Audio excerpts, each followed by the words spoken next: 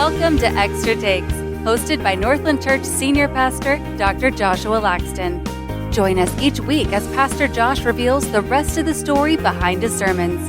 We'll discuss how those who follow Christ can live out a biblical vision for the church in our world today. Well, hello, Northland family and friends. Welcome to another episode of Extra Takes. You got your two co-hosts here, Matthew. We're here. PJ. Every week. Every week. Or most weeks. Most weeks. Most weeks, yeah. I think I got in a couple of weeks. We won't be here. We will do Extra Takes live from Seoul, South Korea. We are. So I'm excited about that. That'll be fun. So it will be fun. I did meet somebody this past weekend. They're actually from Seoul, and they're here. They're a student, like a pilot or something, in pilot school. And I asked him if there's such a thing as fried Korean corn dogs. He said, yeah. I said, are they good? He said, How'd you know to ask that? because I've had a Korean like corn dog in like in Chicago, and I think there's a place here. Okay, but man, it was like real like it's not healthy for you. Well, so no. I don't know if that's really Korean or not because it's more of an American thing. So do you know how he found us? ChatGPT. What? Yeah. Really? Yeah. What did he put? Church in the area. He put it in ChatGPT, and he found us. Wow. And he's been coming. Amen. How cool. That is pretty cool. Looking for a good church. Looking for a good church. They're on our side, apparently. And ChatGPT. Because it is funny, because every now and then, I don't know if y'all know this, and if I tell you this, I mean, I'm sure you probably will Google it, but I always go see our Google reviews. Oh, right. Yeah. And just so that you know, this is interesting because this has been the last several times we have found this out. But the more recent one-star reviews have been because we have rejected benevolence. I see. Yeah. So they're angry. Yeah. And I mean, again, you're disappointed. I get it. Sure. So let's dig into this week. This is going to be a doozy. Oh, that's what I said, I guess. That's what you said. Just using your words. We'll see if it is. I'm a little nervous. So this is our letters to his church. We are in Revelation, going through the 7 letters, and this one is the church at Smyrna, faithful to the end. Revelation 2, 8 through 11, and this was August 30th through September 1st. Yep. The main point, revolutionary living means you'll die for Jesus, even though you'll face difficulties because of Jesus. And a couple interesting things here. So you have the outline, 4 things Jesus reveals to exhort them to revolutionary living. Let me go through these, and then we'll spend some time, digging into each one of them. So the first is, I know you are being hurt because of your relationship with me. Second is, I know who should be your advocates. Those who should be your advocates are selling you out because of me. Third is, I know even more suffering is coming your way because of me. And finally, I know I am and have the key to victory over all life's difficulties. So you started out by talking about American Ninja Warrior and then American Gladiators. Yeah. Man, that was my childhood. It was. I liked it. Contestants ready? Yeah. Gladiators. Do you remember that? I do remember that. It was. Yeah. I really connected with you. Yeah. In that point. So if you ever want to know why I start out with stuff like that, it's just for connection. I could just jump right into the passage. Right. But I'm trying to set it up in a way. I'm Yeah. connecting. Yeah. But also trying to illustrate something. Yeah. Yeah. So that's why I usually start off by saying, I was thinking where I'm going this week, and trying to find something that will connect. Well, and I thought it was a relatable point when you were watching American Ninja Warrior. Pastors don't really turn it off, do you? You're watching something, you're trying to find connections. Yeah, trying to find connections. Yeah. And another, I also, the whole reason why I said Joni was sitting, I'm trying to bring you in our living room. Right. Again, I want you to know me because I'm your friend and your pastor. You're a normal guy. Just a normal guy who goes into the living room, and if American Ninja Warrior is on, I'll sit down and watch it. And then I'll watch my wife just over there And I'm for those of you just listening to a podcast, I'm scrolling with my hand. So none of us can relate to that, of course. But here's what to Joni's defense, when it comes to crushing candy, like where she's at on the whole level thing is just pretty high. Oh, she's high. So she's just trying to protect her brain, keep her brain engaged. Yeah. I mean, it's this mental game. There you go. So good for her. Yeah. Yeah. So you made that connection with American Gladiators, and then you said, we as believers, we face 3 gladiators, right? Yeah. You said, I'm not sure if you said that in every service. No, I didn't. The 11 o'clock, I think. You said the devil, the world, and the flesh. They all act in opposition to Jesus and his kingdom. Man, I think that's such a helpful thing for us to remember, because when we face opposition, it's not always the devil. Yeah. It is. It could be sometimes. Not always the world. Could be sometimes, but it's absolutely our flesh. Yeah. Often. Yeah. Well, and you have to, you have to understand, too, that, and I don't know all the ins and outs of it, but Paul talks about this in the letter to the Ephesians, where we don't wrestle against flesh and blood, but against rulers and principalities. And, so there is this element that you have Satan's minions, the demonic world. They have infiltrated the world, and there are strongholds. Now, interestingly, just on a side note about strongholds, just given a preview of this coming week in Pergamum, Jesus says, I know where you dwell, and where you dwell is where Satan lives. So basically, it's the stronghold of Satan. Because Satan, he's not omnipresent, so... Right. So he's not everywhere, but I mean he can be extremely mobile. So we'll look at what does it look like for a city or an area to be under Satan's stronghold. So that's where when you look at you got the gladiator of the world.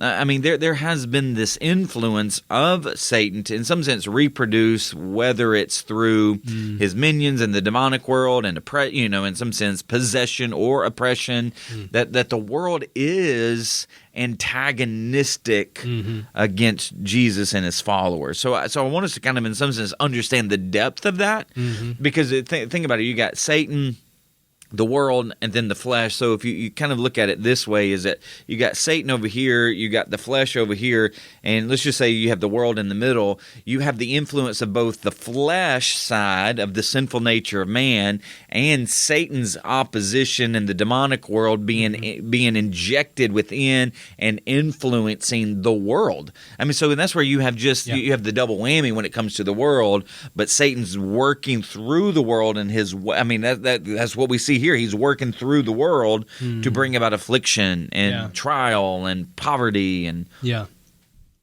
Well, I think that leads right into that first point. I know you're being hurt because of your relationship with me. If we are in Jesus, we are rich. If you have Jesus, you have more than enough. And you said when you follow Jesus, it doesn't get easier; it gets harder. And I think what you just laid out with the 3 gladiators helps to illustrate that. What you were really pushing against was this prosperity gospel, the health and wealth, and that's just obviously not biblical. Yeah, no.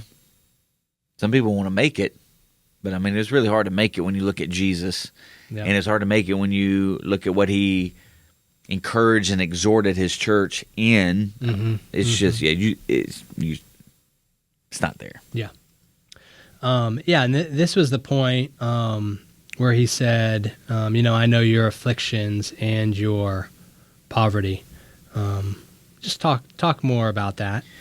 Yeah, I mean, I wanted to bring this up, but I'm like, I'll just bring it up in extra takes. All right, so this was a form of cancel culture. I mean, we call it cancel culture today, but basically this is what they did to the Christians. They canceled them. Like, we're not going to let you become a member of our trade guilds. You're not going to be able to get any jobs.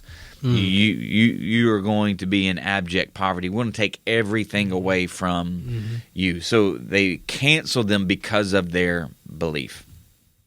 So the question that I did write down, but I was like, there's no way I'm going to get to it in the message, is should Christians cancel or boycott others because of their faith or because of the practices of that person's or that organization's faith? I feel like this comes up every couple months. Yeah.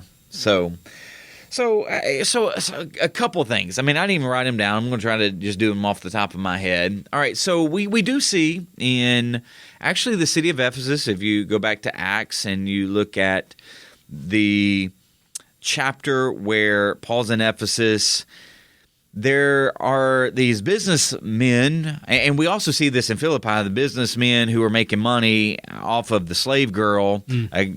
Paul frees this girl by casting the demon out of her, and so they're ticked off because they've lost money. But he's not canceling them; he's freeing this woman who is under oppression, being abused, and all that. But also in Ephesus, you have the marketplace. They're losing money because no one's buying these idols anymore and taking them back home. Because again, like all of these temples had idols, had deities. They also had these figurines in the marketplace to represent the god that they would just take home and put on their mantle. Well, these people who are turning from idols and turning to the living God, they're no longer going to the marketplace and buying the idols. Okay. So in some sense, Paul, through faith in Jesus that these people are proclaiming and confessing, is hurting idolatry financially. In a substantial way. In a substantial way. It wasn't just one or two people. Right. Yeah. And so again, they're hurting the marketplace. And then what's interesting in Ephesus, they're bringing books, like these books that... again, we don't know all of the books that they brought. I mean, but they're bringing these books and burning them for what it contained. Okay, so I wouldn't say that is a form of cancel culture, or I wouldn't even say that that's a form of boycotting. That's a form of when light penetrates darkness, idolatry goes out of business. Wow. So because of transformation. Because of transformation, they're no longer buying the literal idols. Right. So there's a difference there. There's a difference. I mean, it'd be almost like casinos going out of business because we're no longer going to, in some sense, spend the idol of money in hopes of winning something. So it'd be almost like that. It'd be almost like so many people in Vegas, across the United States, transformed. Yeah. Not because there was this groundswell, this, almost political groundswell of Christians binding together and saying, let's put them out of business. Exactly. It's more of this heart transformation. Or adult entertainment businesses going out of business because they no longer have the clientele. They just don't go there anymore. It could... I'm trying to think of another, kind of example. Yeah, that casinos. The drug market no longer be like illicit drugs. Okay, I mean, so it'd be almost like that. Going out of business, but not necessarily a boycott or cancel culture, because in some sense the boycott or the cancel culture is based upon what you perceive them to be doing or believing. Okay. Yeah. So a couple, and in some sense taking away their livelihood and forcing them to change. Okay. Yeah. See, that's what the Romans were trying to do to the Christians is you believe this, I'm going to take this away to force you to change. But when you go back to like the Old Testament, like you even have lending practices of the Jews to surrounding nations who didn't even believe in Yahweh. So they're lending money with interest to these non-Jewish pagan people. You have Paul. I mean, he's selling tents to pagan people. I mean, so you do have this exchange of goods and services to pagan people. So my question would be, and again, I'm not saying that there won't be transformation where true idolatry goes out of business. But to cancel and boycott someone by force to get them to change about something, I'm hesitant to say that is a strategy and tactic of Jesus. So you didn't bring this up on the platform, but you wanted to talk about it here. Yeah. Why? Well, because I think it's again, it's more nuanced. So I can say, because again, I can't say that emphatically up there. Yeah. But I want you to think about it. That's why we have extra takes. This is something extra that I want you to think about. Yeah. Is that these believers are living in abject poverty because the government was trying to force them to change their beliefs. And yes, God was going to take care of them, but that was persecution. And let me ask you this. Does God, and this is where I would say, does God, is a tactic or a strategy of God to persecute non-believers into following him? I don't think so. Yeah. And so now again, I'm not saying that you don't need to stand for what is true, or you don't need to call people to change. But again, we should not be, because here's my thing though. Here's another thing: is if you get into cancel culture and boycotting one, I promise you, if you start really pulling back the layers of every other organization out there, you're not going to be able to use a lot of things. You're not going to be able to shop at a lot of places, because they're all in some sense selling meat offered to idols. Let's just be honest. Mm-hmm. So that's part of where, like, what game are you in? And that's where I'm like, so we know that the state, when I say the state, like the Roman Empire, they're in the game to squelch any rebellion. God is not in it to squelch any rebellion. Now, there are sometimes, again, he's going to put idolatry out of business when the gospel comes to town. I mean, again, we've seen that. But it's not a form of cancel culture or of boycotting. People are being transformed, and they're no longer buying idols. And I think that's kind of what we, and this is something, too, is that if we really transformed, if we probably would be redirecting some of our money, where we're not force feeding our money into certain things, because I do think that ultimately money is feeding idolatry in our world. Sure. But I would say if we really were transformed, I think we're going to be more cautious. Yeah. Well, this is not cautious, but we would be better stewards of where we spend our money. And so they may not have as much money, and they might have to pull back. I don't know, but I'm going back to more of that boycotting, cancel culture versus businesses being put out because that sheer business represents nothing but idolatry. Sure. Well, and that's where this conversation is obviously nuanced, and where we see these boycotts and cancel culture come up a lot is there'll be a kind of a wave or a movement, and we'll kind of get swept up in it. That's where I think we should have our antennas up. Yeah. And be a bit cautious. Yeah.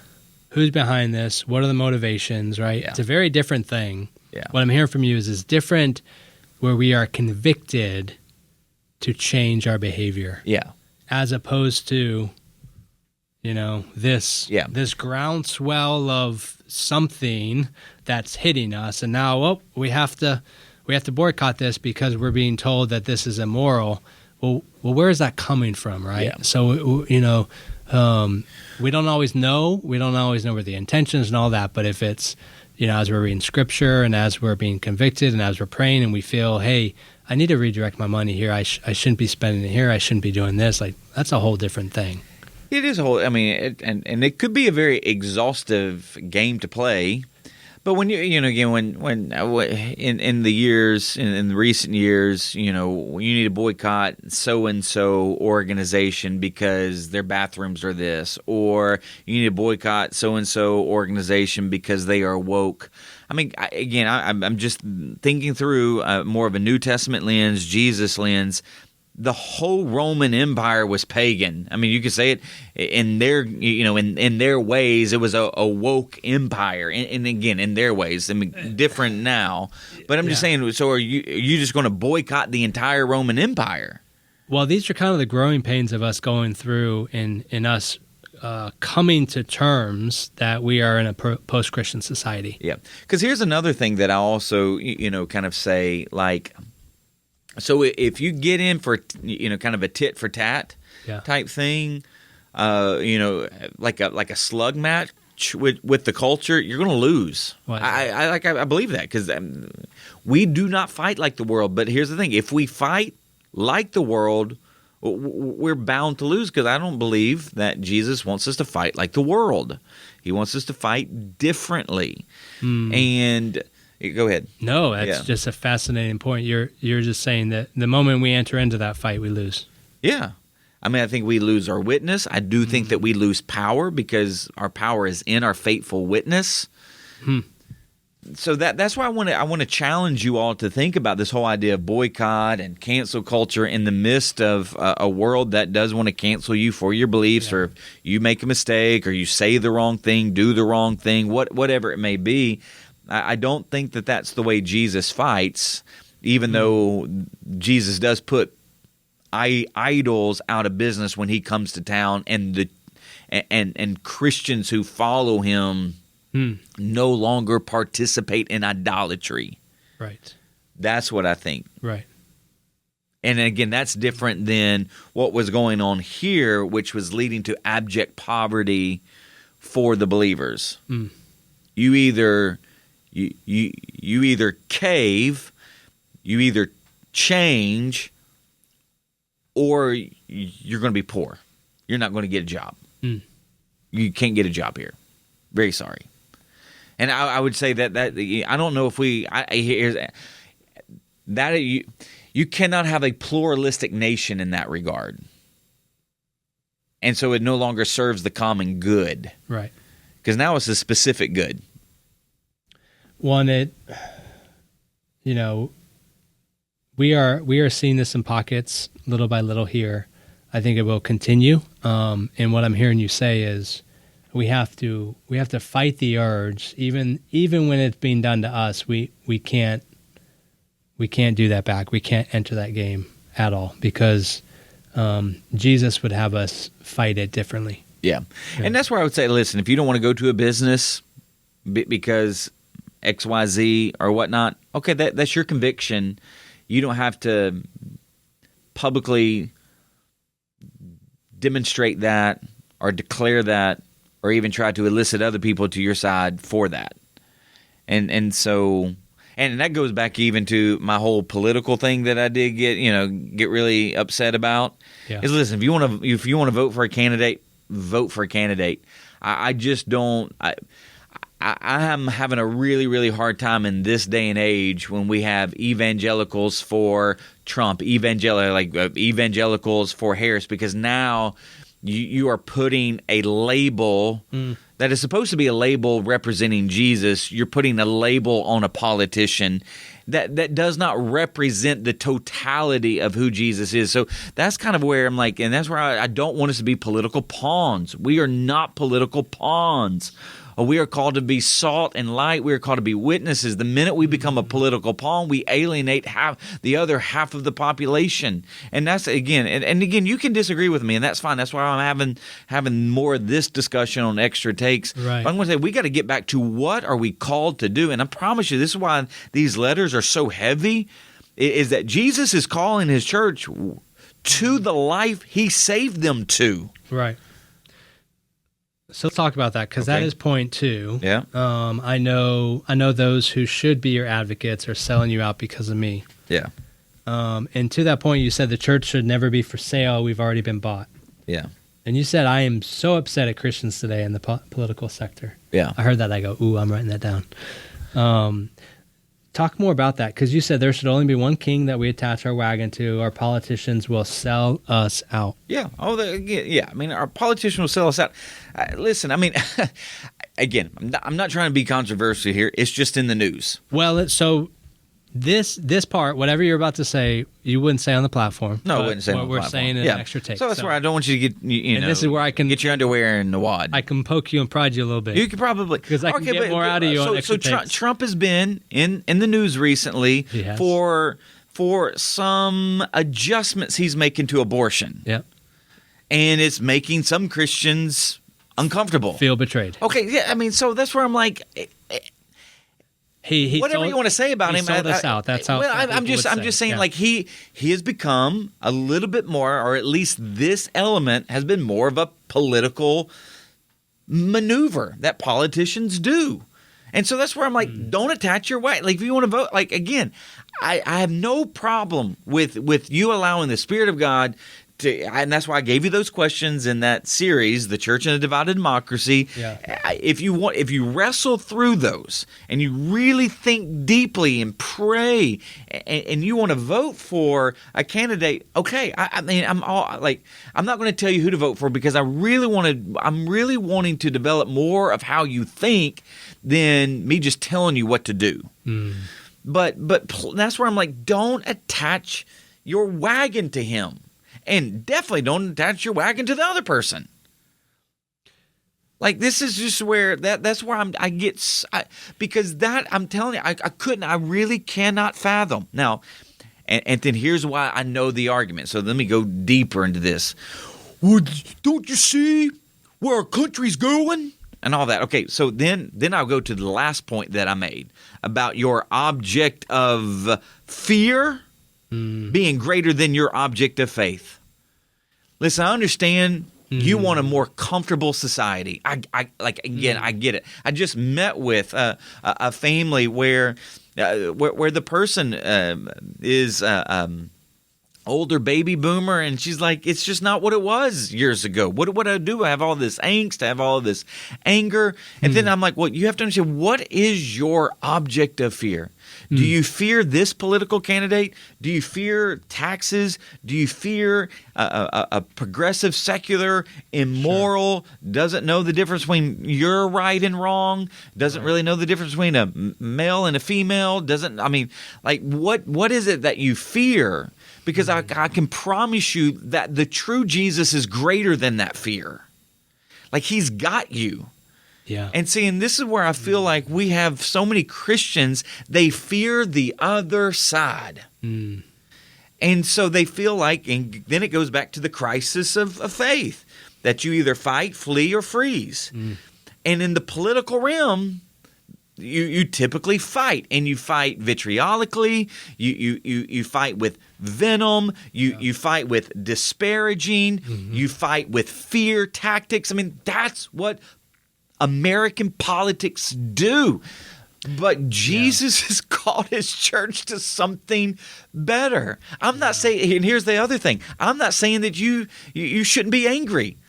Paul actually writes to the church at Ephesus, be angry and what?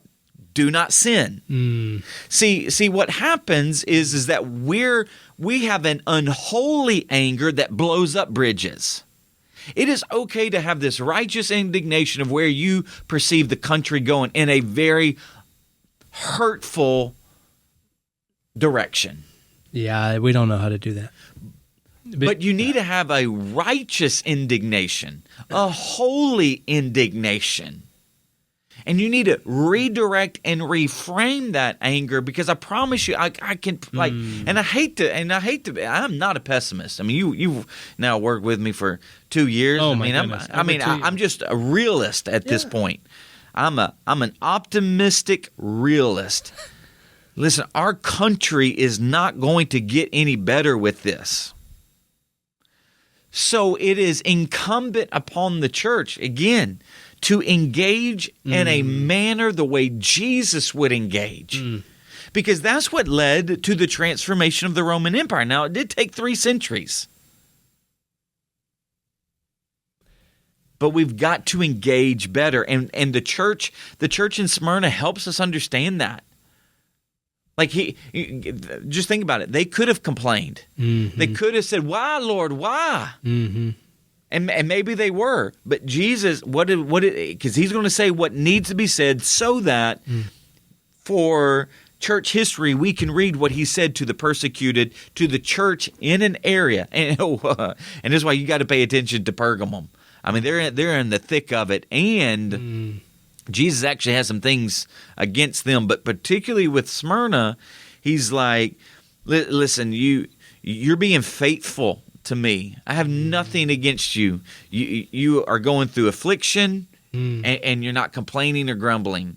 You're in abject poverty, and you're not even questioning me like Job. Like, he's not saying it like they are. Wow. Taking it on the chin. And then he's like, you're being sold out by Jews who know you by name. Like, you've seen them before. Many of you used to worship in the synagogue. Right. Wow. But you're taking it like Jesus is champ. And then you got and I know more suffering coming. But then he just says, but then he gives them, hey, here's just the key. Just remember the key to living the way you're already living. That's again, that's where I'm like, it was such a prophetic word, in some sense, pardon the pun, because it is the prophetic book Revelation, but it is a prophetic word to us faithful believers living in a transitioning America. Yeah, I mean, everything you were talking about, the messy middle, be angry and do not sin. I said, man, we don't know how to do that. We're used to either fighting in the way the world does, in an unfair way, or we're used to fleeing. Yeah. Right? Flight. So for those that aren't used to doing it, so what that might look like with politics is you just head in the sand, turn a blind, just don't even look at it, right? Don't even engage. Well, how do you engage, right, in a healthy way without then fighting? And then if you are already engaged, how do you fight fair? How do you fight like Jesus would? Yeah. And really it's fighting unfair. I mean, Jesus, the way he would fight, you would say that's backwards fighting. Right, yeah. Because he's going to give up. Fighting unfair, yeah. Again, this is why that's the paradox of the gospel. He's going to lose in order to win. Like unfair for us. Yeah.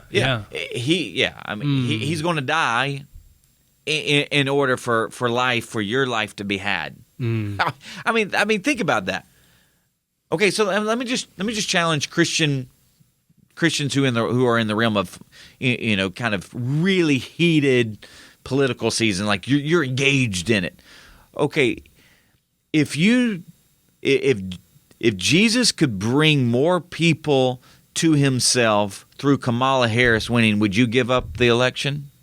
And then if you would, be someone who was pro-Harris, would you give up her if Jesus would tell you that I can bring more people to me if Trump was the president? What I'm trying to get at, would you be willing to lose politically in order for Jesus to win spiritually? That's what I'm trying to get at. And again, I'm not saying don't engage, because in that series I told you to engage. But this is what I'm hoping in the next 10, 20, 30 years here at Northland, we can cultivate a new generation to engage with grace and mercy, but with courage and meekness and strength and conviction for the common good, but while maintaining our distinctiveness as Christian. You're like, that's a pipe dream. That is just that's undoable. I don't even know if undoable is a word. That's impossible. How about that one? And I would say, yeah, but with God, all things are possible. And that's the witness of Jesus, doing the impossible. And that's a really healthy place for us to get to, where we go, I can't do it. He goes, okay, good. Rely on me. I never told you to do it on your own. But we're used to doing it. Oh, yeah. We're used to being able to do it. We're self-sufficient. We've got to die to self.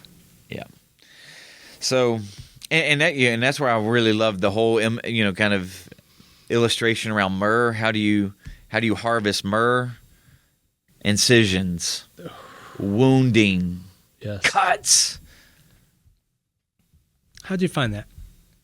I Googled how do you harvest myrrh.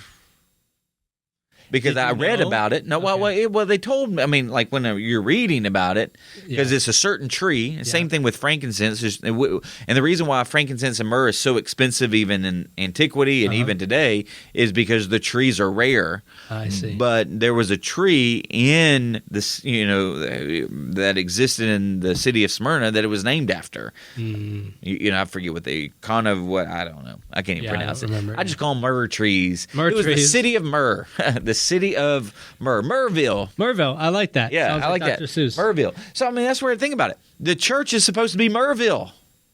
The church is supposed to be Myrrhville. Remember, we're a city on a hill. Message. Huh? I don't like that message. Why? Because you don't want to be cut? You don't want to be wounded? But he was crushed for our iniquities. So Jesus was wounded for our transgressions. He was crushed for our iniquities. And what oozed out of him was the healing of life. What oozed out of him was our cure for sin. And so again, we're not called to die for the sin of the world, but we are called to die to our sin, die to our Savior, to live for Him, to proclaim the life that only He brings. It is Myrrhville. And see, that's what I'm telling you. I loved it. And that's why, like in Corinthians, he talks about the aroma of Christ. Paul talks about the aroma of Christ. There's this victory, but how and there, it's like so. Whenever a military general would win, they would kind of, in some sense, throw out these flowers and all of that. And there's this kind of aroma that's happening in this military victory. Well, how did they get to the point of victory, or how did Jesus get to the point of victory? Through his death. And so it was this wounding, it was this cutting, it was this piercing. And so again, I know that's not a popular message. I don't like it. I mean, it preaches good because you're like, whoa, man, that's brilliant. It's not like I had this brilliant thought. No, I mean, but when you take the connection, it's unbelievable. What was so amazing is when I found this video, he said 15 days. And it possibly, and again, I didn't go so deep into it, but this idea was 10 days literal or figurative. Most scholars would say it's figurative in the sense that it was going to be more than just 10 days of suffering and persecution. So could it be that at that time,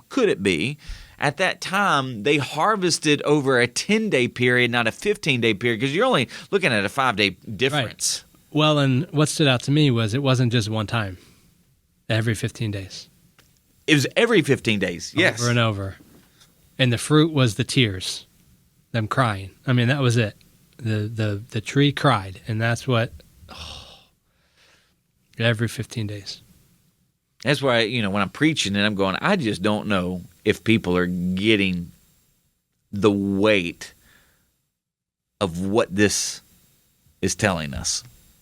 Yeah, it's hard. It is. I think that goes back to a couple of weeks ago. At the start of this series, we were talking about how not everybody, you'll preach on a lot of, cover a lot of topics and a lot of things in a sermon, and not everyone will get all of it. But really, like, we're not all in a place to receive all of it well. Yeah.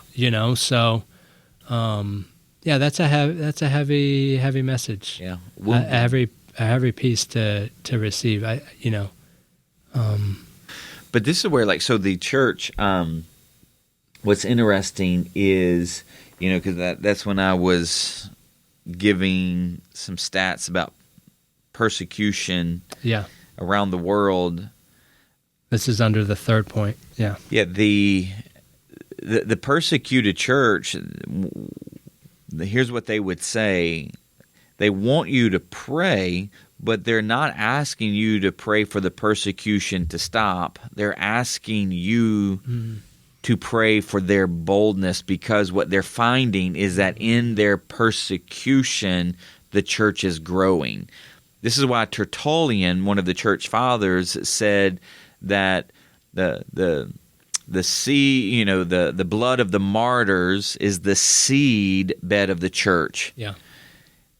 So what he's saying is that, and which in the Roman Empire even started to see this, which is why they would not martyr certain leaders like the Apostle John, is it just inflamed the church, not in a vitriolic way. It inflamed them in more of an advancing, you can't get rid of them way. It just multiplied right. the people.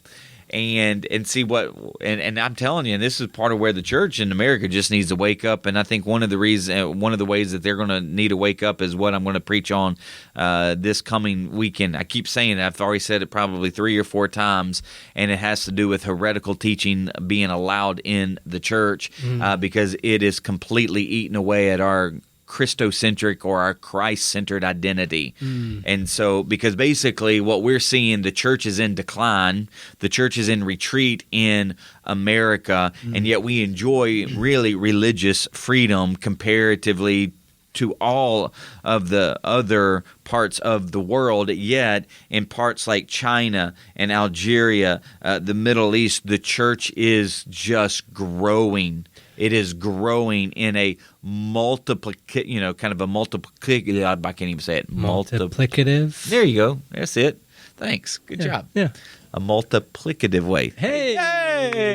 There you go. So, so what was fascinating is earlier this year when a group of us was in Egypt, and there was a couple days where we were with church leaders from basically every church in the Middle East and North Africa. And as we were having conversations with them, one of the surprising things was they would come out and they would say, we pray for the church in America.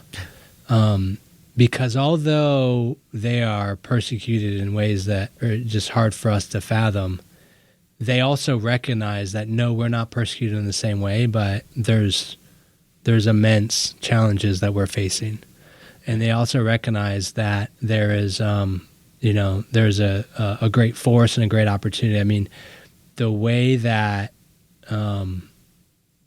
culture is shaped from Hollywood around the world is just immense. So as we have the opportunity to continue to be faithful in our witness here, it literally has the effect to change, around the world. And there are believers all over the world praying for us. Yeah. We pray for them, they pray for us. It's not this, they have it great over there. They understand. It's not the same. And really the prayer is, on both sides, faithfulness for the other. I mean, when you really want to boil it down, faithfulness. So you need boldness. We're praying for boldness, which is something that even the early church pray for boldness. Why? So that we can be faithful. Yeah. Again, and to even remind you once again, not to be perfect, but to be faithful. Yeah. There's going to be times, and it's not like the church in Smyrna was perfect. Mm-hmm. But they had a consistency, a faithful consistency about them that even the church at Ephesus didn't have, because they had lost the epicenter, they had lost the center of why they do what they were being affirmed about. They had lost their first love. They had lost doing things out of love, and so that's where they had become unfaithful in the reason why they're living a certain way. And what's interesting about the church in Smyrna, obviously there was this love for Jesus, because when you go undergo that immense persecution, listen, it's kind of what we learned from the Jews.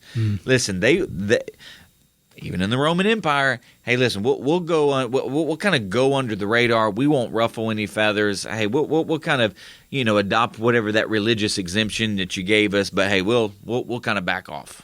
Sure. Yes, that was point 3. That was the I know even more suffering is coming your way because of me. So let's move to that 4th point.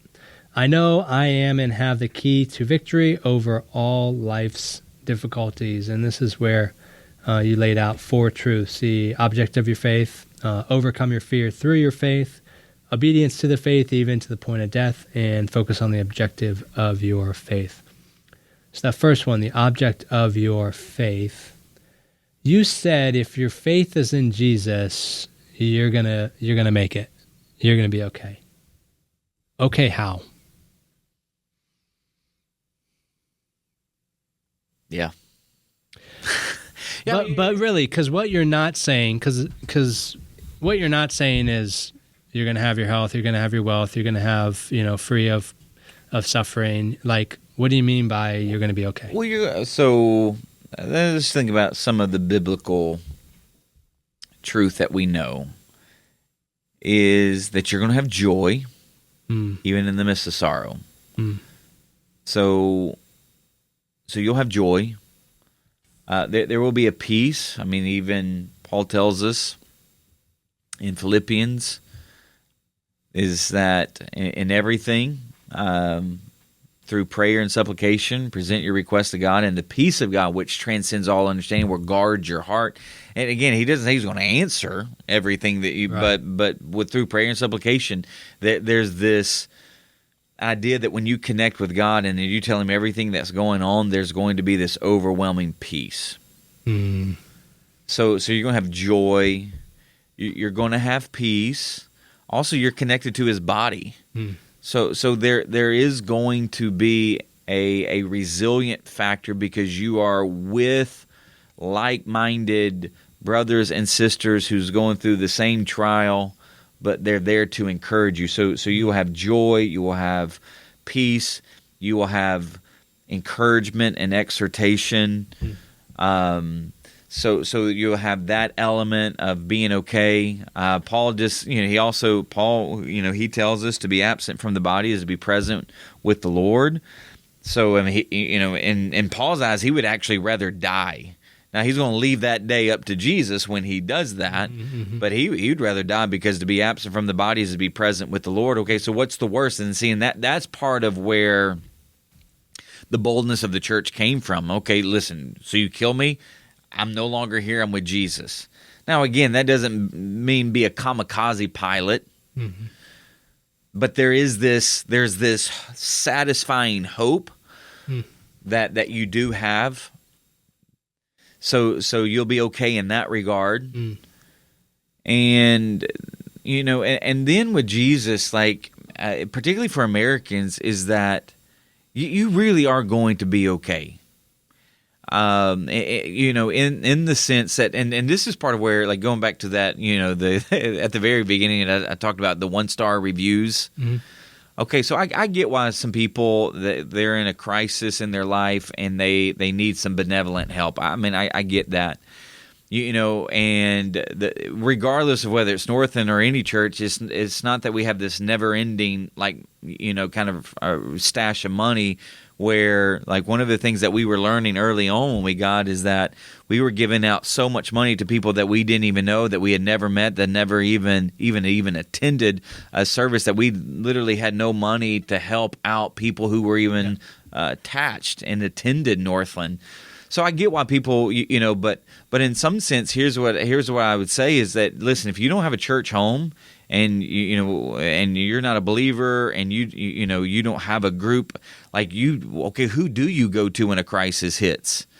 And so this is where I'm saying, for the church, and this is why we want to set up, here at Northland, that we are a family, that you hurt when you hurt, we hurt, when you cry, we cry. And I can give you story after story of just even in recent, months of how that is happening throughout our church body. And you might not experience that. One, you probably won't experience that if you don't know Jesus and are attached and you're not attached to a church. Right. But even if you attend occasionally, you're probably not going to necessarily experience the totality of what you could. And then, but if you are attached to a church, if you know Jesus and you're attached to a church, and like this is our desire at Northland, that you will be okay. Because there will be this rally of family around you, praying for you, encouraging you, helping you. Like, hey, we will get through this together. Yeah, this community. So that's kind of really what I'm trying to get at with you will be okay. Yeah. That doesn't mean that you might get to stay in your house. You might have to sell your house and downsize. Might have to. You might have to take a job that you don't really want because that's what's available right now. Mm-hmm. It doesn't mean that there won't be a cutting, but in Jesus, through Jesus and his body, who is his presence in the world, you will be okay. I just don't know if, and I wish more people have experienced that. And I know some churches have fallen short, and I think, hopefully Revelation 2 and 3 will call those churches out if you really embrace those messages there. But also I think that there is an element where believers haven't even lived out the vision of Jesus in their life, and that also that vision that Jesus has for their life is also to be connected to an imperfect but hopefully faithful church. And that's what I'm really trying to get at. You'll be okay. Yeah, there's a lot there. That's really helpful. Yeah.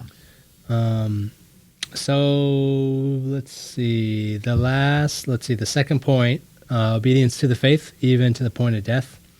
Kind of already covered this, but he said he isn't calling us to perfection. Jesus has already died for us. He is calling us to faithfulness.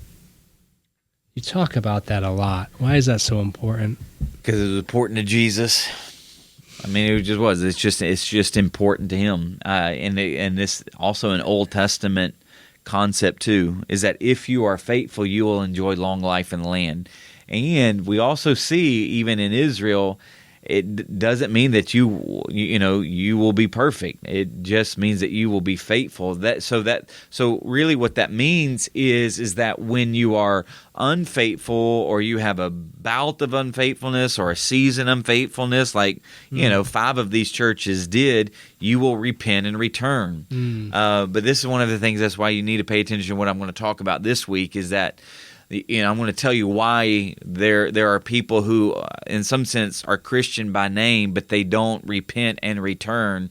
They actually do something else. You could call it relapse, but basically they return to their former ways, and that just really basically means that they were not of Jesus. And so that's kind of why faithfulness is so important. Faithfulness is that consistency of a life that is in pursuit of Jesus. And again, doesn't mean that you're not going to stumble and fall.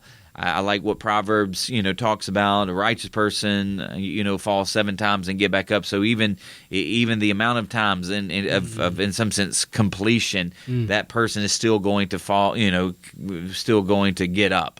And that's what faithfulness is. Yeah. Well, and the model that we're enacting here, faithful presence. Yeah. It's not fruitful presence. Right. Yeah. There will be fruit that comes from faithful presence. Yeah. But that's him to do. Yeah. The fruit comes from our faithfulness. Yeah. Well, and I said this at the 11. I don't think I said it at the other ones. But I was talking about how this message is not popular. It's really hard. And it's ironic that over the last several decades, churches have really tried to grow through watering down the call. And, and here's the thing. I, as the senior pastor, I want to see Northland grow. And I know that every staff member here, I know the governing elders want to see Northland grow.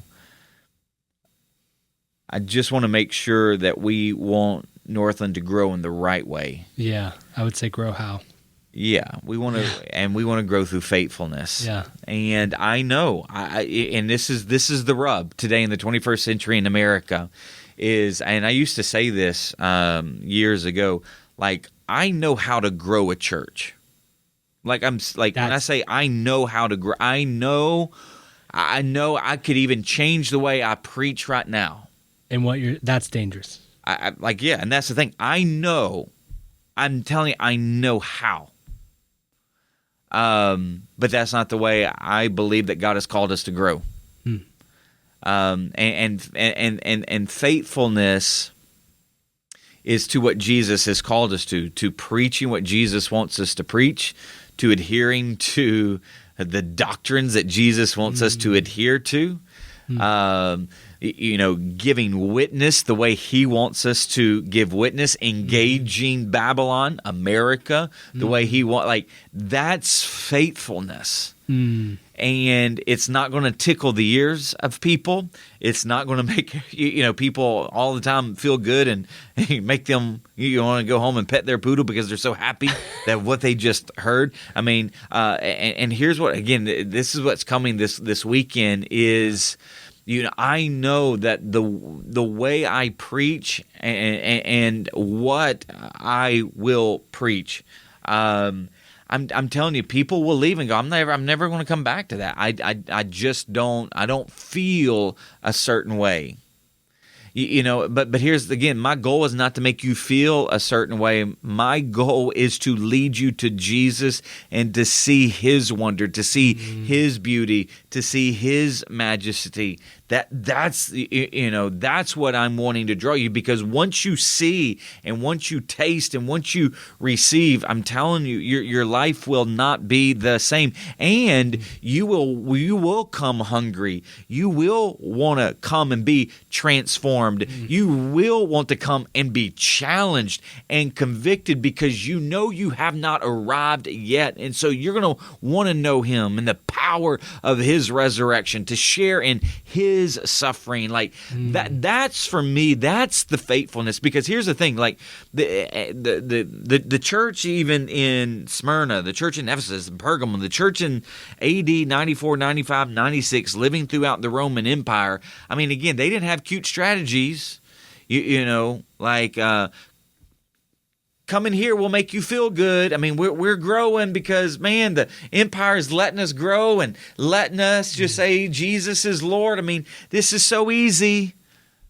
No, I mean, they grew in difficulty. They grew in the city of Myrrh. And seeing that's, again, that's faithfulness. Yeah. And that's where I want our growth to be, because that kind of growth is going to be the most powerful growth that a church could experience, because you're growing under conviction, you're growing under difficulty, you're growing through being cut, you're growing through being challenged, you're growing through transition, because transition, remember, is processing the change. Yeah. And processing the change is really difficult. That's what we want to grow. Amen. So it's a great spot to end. And it sounds like you've been processing, working through the sermon coming up. This one's going to be a doozy. Yeah. Oh, this one's, yeah. Oh, man, come.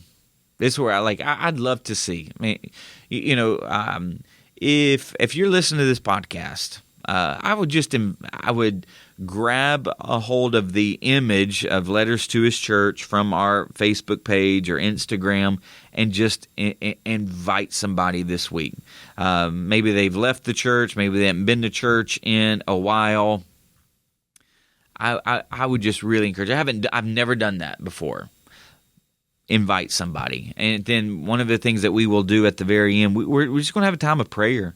Because I think the last several weeks have been really heavy. People have processed definitely the message around losing your first love or walking, kind of leaving your first love really resonated with people. Yep. This coming week's message, I know will resonate with people and will resonate with really where the church in America is at. I really believe this is where the church in America is at, and so. I encourage you, be there, invite someone, because we need this message that we will unpack this week. So with that, Northland family and friends, thank you so much for tuning in to another episode of Extra Takes. Until next week, blessings. Thanks for listening to Extra Takes. Be sure to follow us on Spotify and Apple Podcasts so you won't miss a single episode.